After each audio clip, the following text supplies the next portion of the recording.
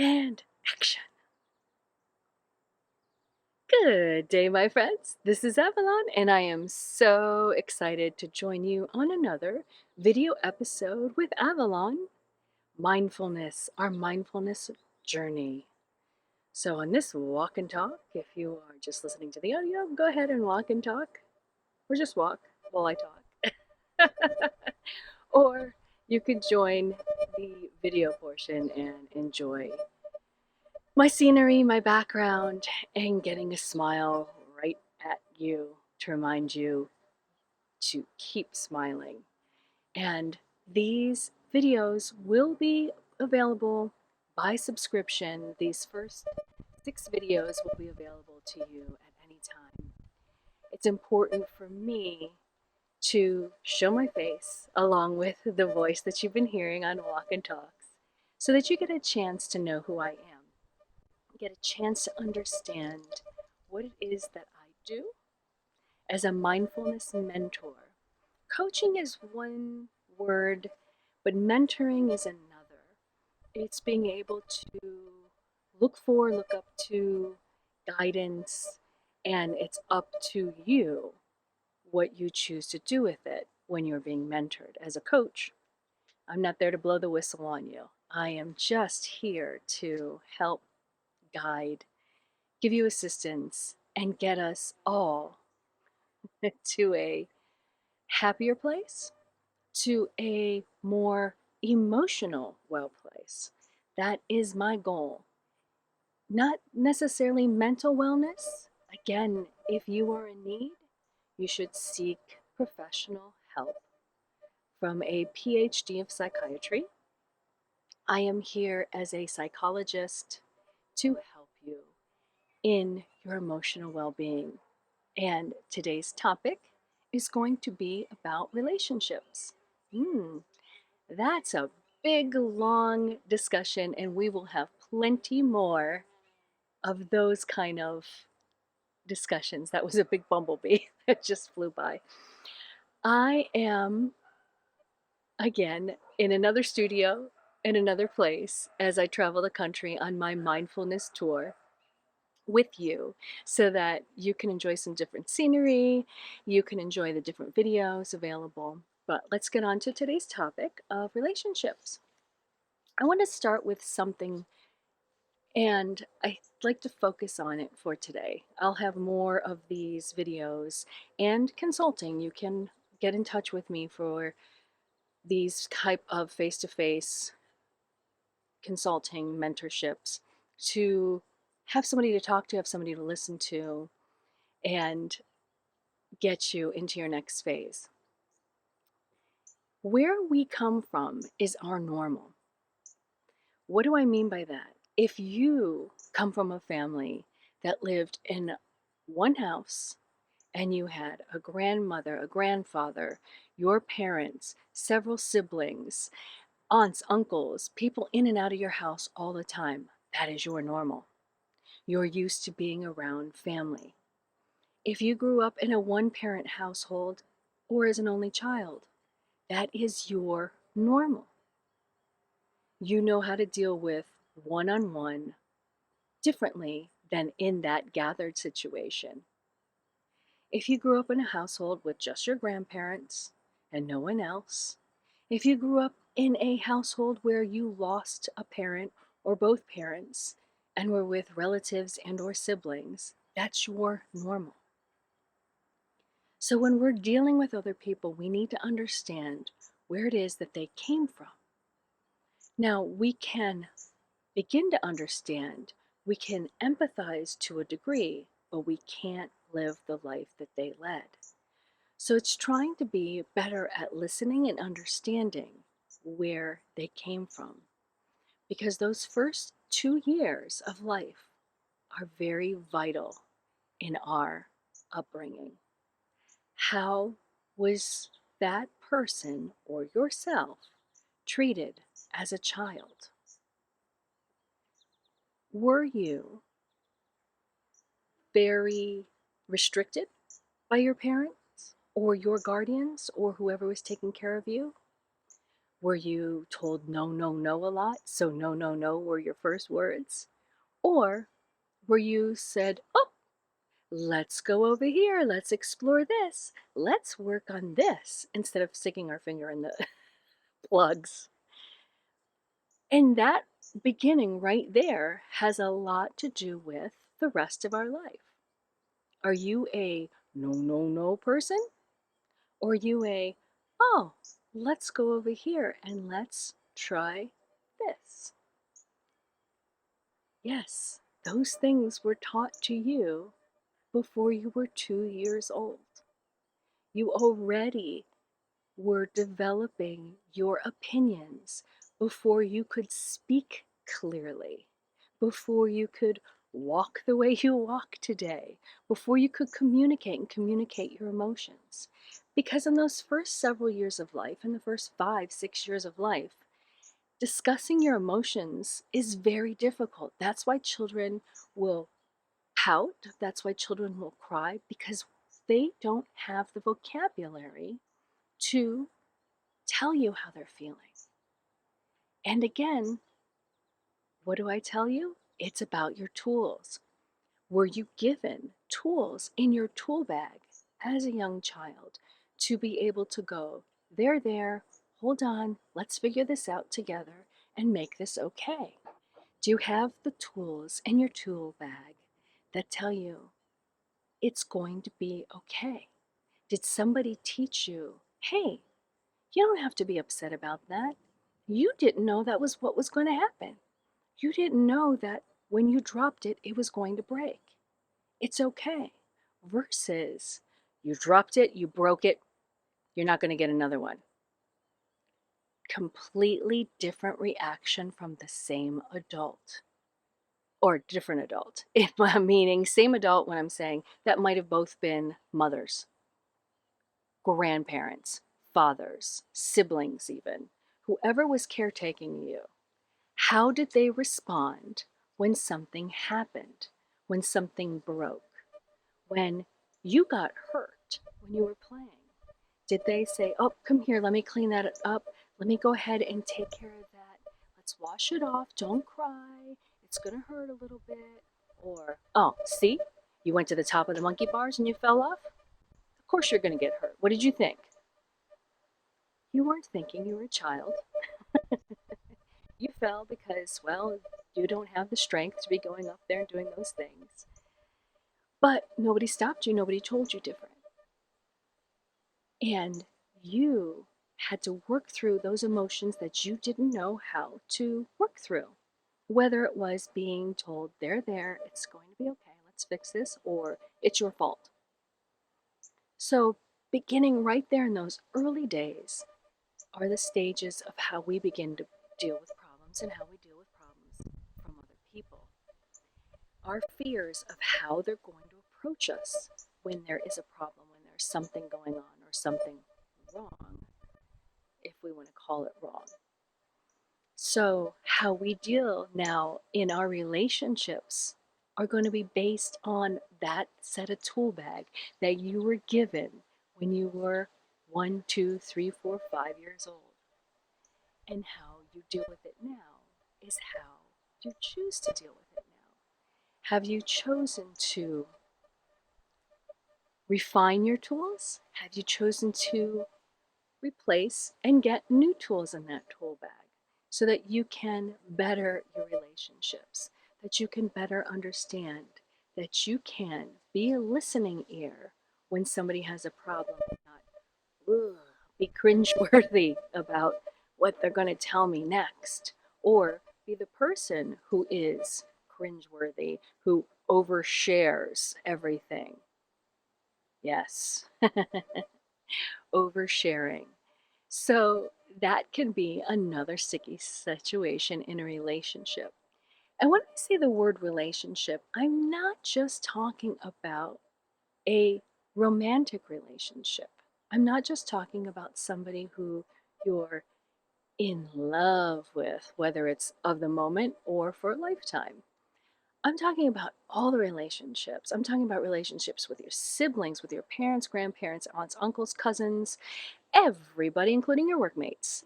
your relationships with strangers out there. There's some people who find it more comfortable to talk to strangers than their own family because they don't want repercussions. Whether those repercussions come in the current situation or whether they came from a past situation. So, those are things to think about when you're dealing with other people, even when you're dealing with your own emotions.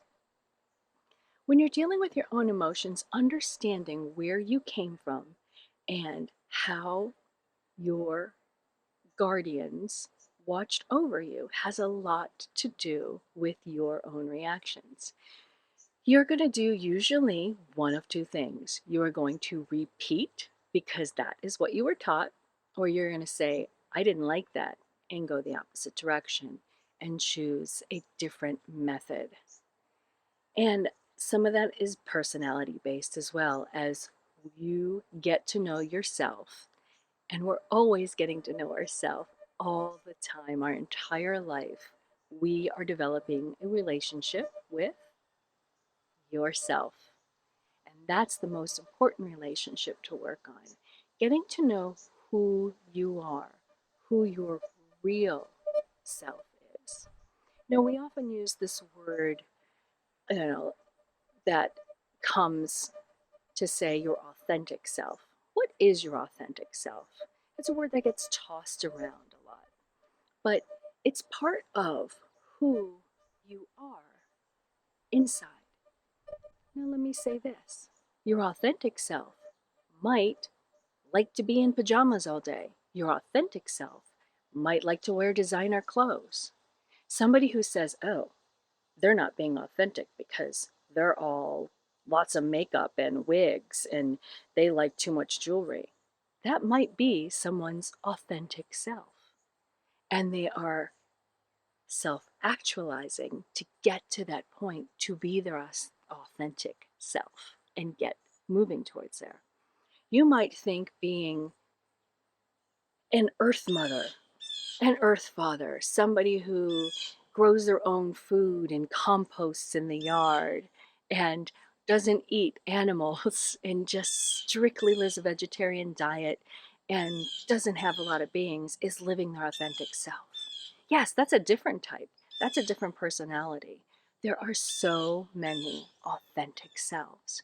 What I want you to think about in your relationship with yourself is, who were you at 9 years old? At 9 years old, you got along with everybody. Yeah, there might have been the real skinny kid who couldn't do sports. There might have been the real fat kid who wasn't real smart and couldn't run fast. There might have been the brainiacs and the kids who could barely read. But you all got along. You played together. You might not have liked someone as much as the other person. Someone might have been a little bit meaner than somebody. Somebody might not have been a little bit nicer or like to give things away. And other people said, no, I don't want to share. But you all got along at 9 years old. You all still picked each other to play with and be on their team. There was a sharing sense at 9 years old. That bird wants to share with me right now. But you had an authentic self at 9 years old. You had a real you who was nice to everybody. Who were you in that group of people? What kid were you? Just like when you watch a movie, you can pick out, oh, that's me. Now, let's move forward to your 16-year-old self. When you have gone through puberty, you start to have emotions and you start to realize who it is that you are. That is even closer to you being that person that you wanted to be for the rest of your life. And I hear a child singing in the background. You might hear one as well. That's the beauty I love of our outdoor studios. You never know what'll happen. So, in that 16-year-old you had dreams. You had dreams maybe of a family, of children, of what your house looked like, what your career was going to be. You had dreams of going around the world or not going anywhere and sticking with the friends that you had right in that very spot. That person of that age had a pure heart, not the experience, but knew what they wanted to do, those goal setting. Find out, question yourself, who is that person? And can you get back to that person you were at 16 in your heart? Yes, you've had lots of life experience since then. Things have happened for good and bad, but now it's time to figure out what tools was that 9-year-old missing when they went out and played and their feelings got hurt? What tools was that 16-year-old missing when they had their first heartbreak or their first love? Or anything that might have happened in your family situation, whether you moved, whether your family split up, whether things just changed, there were new people into your family. What tools did you gain? Did you lose? Did you not have? And what tools are you looking for now to help you be a better person and have a better relationship with yourself? Because the better the relationship is with yourself, the better the relationship is that you can have with other people. When you can be mindful of, oh, I get angry quick. Oh, I want to cry on a dime. And you can start to learn to control that somebody isn't necessarily attacking you because you shouldn't have been on those monkey bars. But, oh, yeah, maybe I shouldn't have, but I was, and nobody told me any different. And it's okay.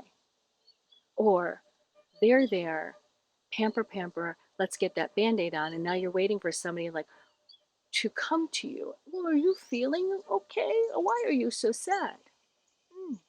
Let's move on. Let's get forward from that and say, I don't need that. I'm okay with soothing myself today. I can move forward. So you can be better, be stronger, have a better relationship with number one, numero uno, so that you can have a better relationship with others. And you can start to recognize, hey, they grew up in different situations than I did. They have a different set of tools. And start to learn about those tools, learn about what their life was like. And again, careful not to empathize one way or the other, but start to listen and understand and be a good person, a good listener in that relationship so that you can maybe learn something yourself instead of jumping right into their shoes and seeing or thinking that you know exactly what they went through. Until you walk a mile in somebody's shoes, you don't know. You don't know. And even if you're walking in their shoes, your feet are different sizes. So different parts are going to hurt and different parts aren't going to hurt.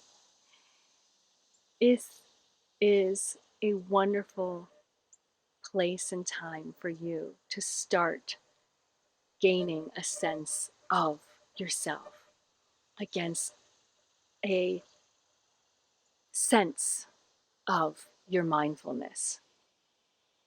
You have the opportunity now that maybe you were stuck before, maybe you were depressed, maybe you were anxious, maybe you were confused, maybe you were just in a place of no growth. But here you are today, watching this video. Here you are with me, starting on this journey of mindfulness, starting on this journey of emotional wellness and happiness. And I'm so happy to be a part of this journey with you. You can share more stories with me, with others, in the comments section if you would like to join on a video episode with me. If you'd like to join in an audio podcast episode with me, I would love to have you as a guest.